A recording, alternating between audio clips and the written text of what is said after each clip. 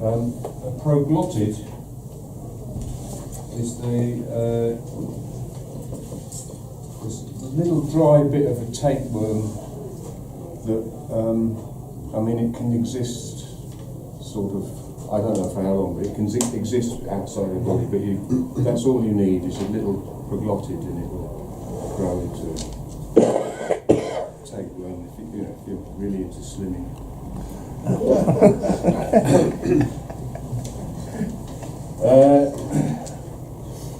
The air we breathe.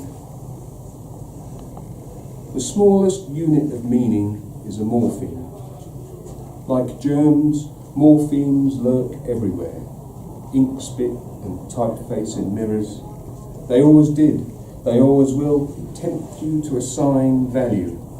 When you do, you inhale invisible language dust, delusion molecules, fantasy atoms, fact iotas, and inflate yourself with them, build dreams, hang hope off them, act on them, and then you fall.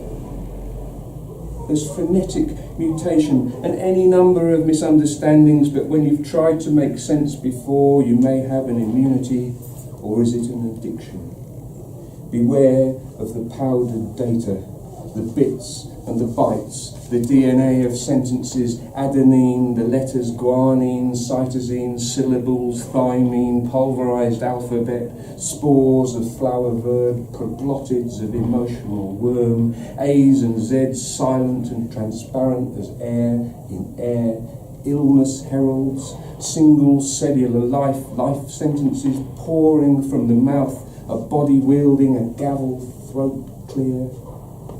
Fine numerals, hair breadths, fractional tolerances in creation soup, gamete ideas meeting, generating plagues and paradise, bugs, bug fixes, zygotes, cons and lies, health bestowing stories, awesome description, vaccines and poisons, inoculation and possession, abrasive punctuation, transmogrifying radiations of fear and hate, the syntax of oppression, granular imperatives, all swirling, inaudible, intangible, in the bubble that surrounds you and caught unknowingly in the filters for understanding, clogging the mesh, short-circuiting the nerves.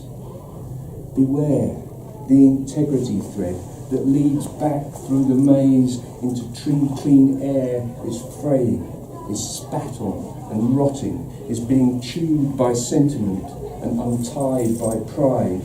The signs billow, flutter and flow like substitute oxygen. You need to absorb some, live for a while in delusion, drink the embarrassment, boost the significating antibodies, take the rumours and the paranoias like strychnine tonic, the fantasies as sugar, the lies as creative, the fear as a warning, the half-truth as a half-truth. You are breathing language substrate. You are walking through a tropical forest of undiscovered expression, a hemisphere of unvoiced sound.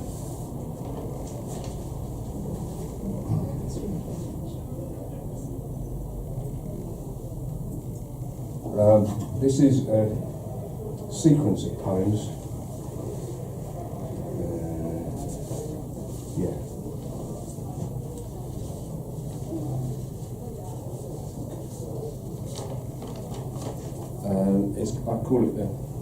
It's called The Current in Water. The source is asteroids, a dappled herd, grey with age and black that spills from galactic pits to spread in thin eclipses through the solar system. Hard as distance, each ice lump cracks, sound open when it hits the sky, to wander lonely, vaporized and invisible, till dust collects it up in drops, cool and lustrous, to fall and dive, to rise and crash, to assist in the siege of islands. Turning the solid oceanic light in misty smithereens holds a sound up in a wave before crashing it into surf. Icebergs, ships and tower blocks enter like long swords, blurry and wet, the kind beginning with erasing the past. Scooped from the sea in wind warmed by an indifferent sun. Water in air is lifted to the heavens into she loves me not. Clouds wispy against blue, grey greying dark, green and lightning flecked. A fight breaks out among folding chairs and falling pillars. The water's chucking down rocks from the mountain. She loves me not. Water. A bath lifts grime from a loosening body. A desert covers its nakedness. An avalanche sweeps away a path to Shangri-La. In a worm turning downpour, hail, sharp rain scrapes mineral skin for a primordial gazpacho. A rich bacterial bouquet rises from the ground, roots take in flavour, tendrils lick crevices, rocks split by thirsty tongues. Mycelial sponge sucks and underground branches drink to fill a tumescent tree up to its cabasa helmet, shuddering as the leaves cry water, air, soft water, water, soft air, soft enough to breathe and live. Deceitful water, following the moon like a dog, allowing itself to be ruffled by wind and danced with, shining, running its bright cups and shadow ripples, green-stained glass, sometimes with silhouette fish, the water shape-shifting into every container edged with lunar silver or pinstriped with solar gold, and every container piling up, ready to smash down human habitation on the coast. Or cute as a cat, lapping the shore like a saucer of milk, while a paw claws a cave from a cliff, and a tail lashes and capsizes ships. A gash in the heights releases a bubbling plasma of eroded rock and hydrogen dioxide to fill indentations with mirrors and lenses and pits with impenetrable cold, to wait behind walls like a tangle of snake, as smooth as find your own level spirit, as silent as breath, held at a flat earth's edge before the white cacophony and bone rumble of pouring columns and curtains, the boiling and the snow-bright sideshow froth drawn over boulders shaking like dice, the spray and all-day dusk, masking sharp edges and fogging dark shadows, drowns every other sound, its slipperiness floating down to grease a pavement with back-breaking fertility.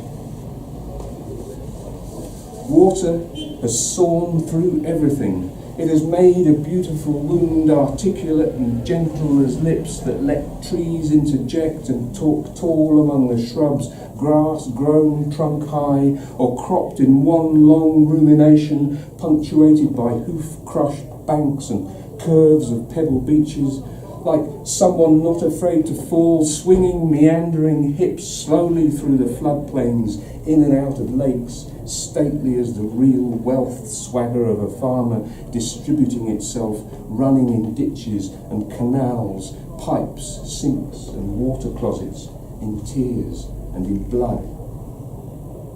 Smoke breath rises up from the nostrils of head-tossing animals, descending, condensing, slipping between silica, thinning fibres, rot, replenishing the pelagic skin of bacteria and zooplankton.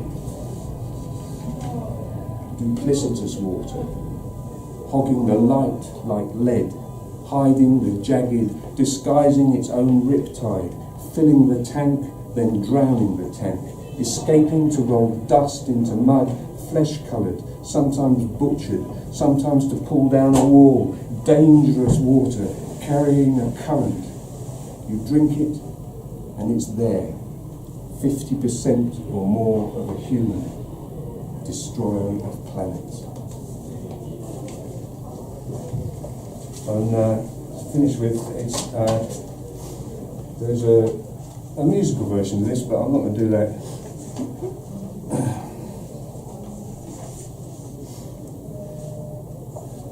There's not a lot in the word, some bacteria, moisture and carbon dioxide, the same carbon dioxide that puts the world to sleep.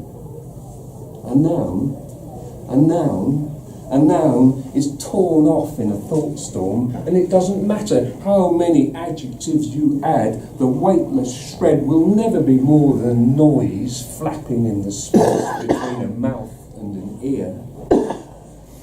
I would have to speak as I breathed in if I was to name you, and anyway it would still be a lie, like looking into your grey great eyes across a laden table and claiming that a word from you was all I need to survive.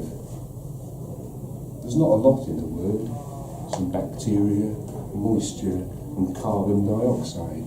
The same carbon dioxide that puts the world to sleep. Thank you.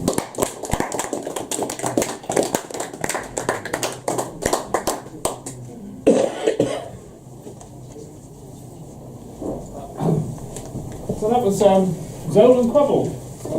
Yay! And now we welcome